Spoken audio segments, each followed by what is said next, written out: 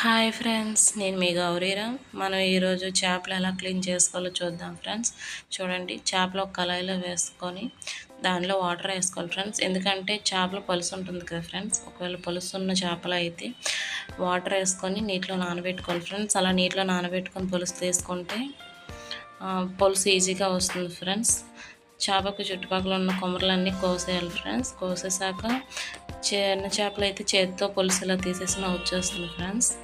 లేదా కత్తిపేటకి పెట్టి ఇలా అన్నా వచ్చేస్తుంది ఫ్రెండ్స్.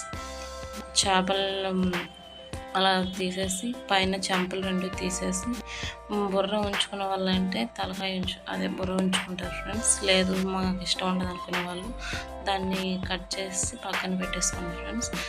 చిన్న చేప అయినా చూడండి ఫ్రెండ్స్, అందరూ చేపస్ అని ఉంది. చేపస్ అని ఎంతమందికి ఇష్టం ఫ్రెండ్స్. నేను అన్ని చేపలకి ఎంత సన్ వచ్చిందో తర్వాత చూపిస్తాను ఫ్రెండ్స్. చూడండి, చేపలన్నీ చిన్న కవర్ వేసుకొని కవర్ మీద చేసాను ఫ్రెండ్స్. చూడండి, అందులో ఉన్న చేపలన్నీ ఇందులో కట్ చేయగానే ఈ గిన్నెలో వేస్తున్నాను ఫ్రెండ్స్.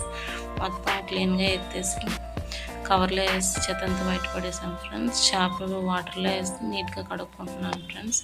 చేపలు నీసు వాసన రాకుండా ఉండాలంటే కొంతమంది మజ్జిగలో కూడా కడుగుతారు ఫ్రెండ్స్. నేనైతే ఉప్పు, పసుపు, నిమ్మ చెక్క పిండుకొని బాగా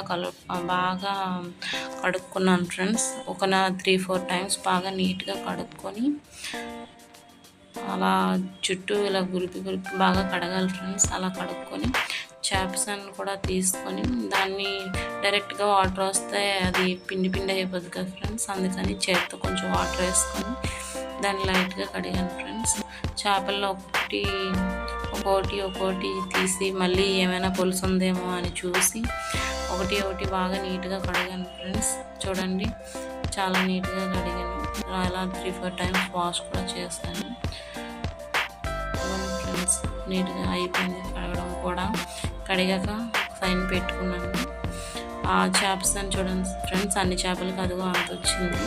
అది కూడా కొంచెం కడిగేసి పక్కన పెట్టుకున్నాను ఫ్రెండ్స్. ఈ చేపలను తీసుకొని ఒక బాక్స్ తీసుకొని బాక్స్లో స్టోర్ చేసుకున్నాను ఫ్రెండ్స్. ఒక 2 days 3 days ఉండడానికి స్టోర్ చేసుకున్నాను ఫ్రెండ్స్. మీరు కూడా ఎప్పుడైనా ఇలా స్టోర్ చేసుకోండి ఫ్రెండ్స్. బాక్స్లో పెట్టి స్టోర్ చేసుకోండి, ఫ్రిడ్జ్లో పెట్టుకోవచ్చు friends. Thanks for watching. Subscribe and share friends. మీకు నచ్చితే ఒక లైక్ కూడా వేసుకోండి ఫ్రెండ్స్.